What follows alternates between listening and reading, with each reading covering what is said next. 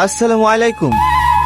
দেখো বাপ, বুড়ি বারবার রাগ করে চলে আসবে আর তুমি এসে শিলি যাবা, এভাবে তো হয় না। বাপ মা হিসেবে আমাদেরও খারাপ লাগে, কষ্ট হয়। সমাজের কথা না হয় বাদই দিলাম। দেখো টনি, কথাটা শুনে খারাপ লাগলেও এটাই সত্যি যে তুমি বেকার ছেলে। তোমার শাশুড়ি তো কোনো মতো রাজি ছিল না, শুধু মেয়ে ভালোবাসে বলে তোমার সঙ্গে বিয়েটা দিছিল। ভেবেছিল শিক্ষিত ছেলে যে কোনো একটা চাকরি করে পাবে, কিন্তু সেরকম তো কিছুই হলো না। চাকরির জন্য তো আমি খাচ্ছি, পরীক্ষা ইন্টারভিউ সবই তো দিছি, কিন্তু ইনকাম তো নাই না। সামান্য কটা ছেলে মেয়েকে পড়ি আর কটা গাইবা হয়। তোমাকে এর আগেও বলেছি, এখনো বলছি, তুমি ঘর জমা হয়ে যাও। আমার বাড়িতে থেকে আমার ব্যবসা গুলো দেখাশোনা করবা।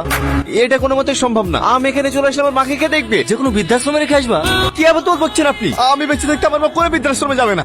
এত দূরে তো তোমার মাকে নিয়ে থাকবা, এখানে কি করতেছো? আমি আমার বউকে নিয়ে যেতে এসেছি। কিসের বউ? কিসের অধিকার দেখাচ্ছ তুমি? যে স্বামী তার বউকে ঠিকঠাক ভাত কাপড় দিতে পারে না, তার স্বামীর কোনো যোগ্যতা নাই। মায়া, সালমার ওই বাড়িতে যাবে না। কেন যাবে না? ও আমার স্ত্রী, ওকে আমার সাথে যেতে হবে। সালমা, সালমা, দেখে কোনো লাভ হবে না। আমি আমার মেয়েকে তোমার হাতে মার খেয়ে কি মরার জন্য পাঠাবো নাকি?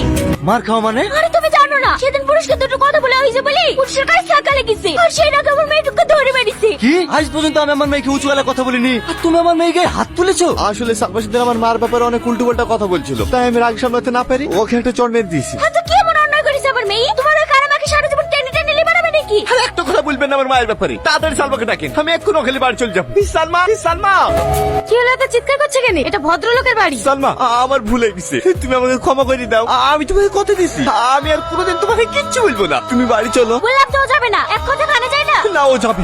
তুমি বাড়ি চলো না সালমা। আমি যে নরক থেকে একবার বেরিয়ে এসেছি, সেই নরক আমি আর জীবনেও ফিরে যাবো না। মানে? আমি আর তোমার সাথে সংসার করতে পারবো না। তোমার ওই কানা মার জন্য নতুন দাসী খুঁজে নাও। আর আমাদের ভালোবাসা? ভালোবাসা? আমার ভালোবাসা মেনটেন করার মতো সামর্থ্য তোমার নাই। বেরিয়ে যাও এই বাড়ি থেকে।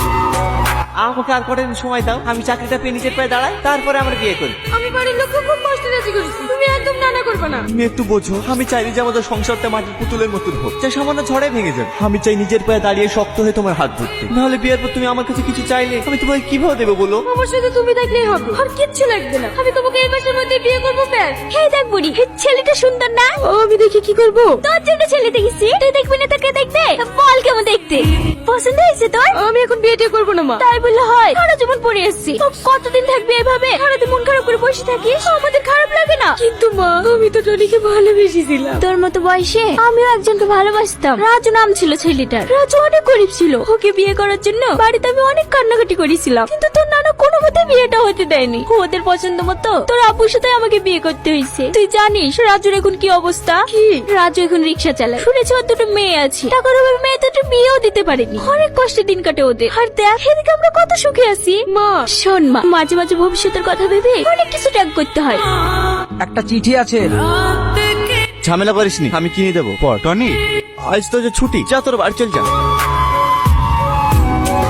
দুঃখ করিসনি ভাই, দুনিয়াটা এরকমই। এখানে কারোর পকেট ফুটো থাকলে টাকা হারানোর আগে সম্পর্ক হারিয়ে যায়। রান্না কেমন লাগছে মা? খুব সুন্দর। খাও মা। জানো মা, আজকে সালমান বিয়ে হলো।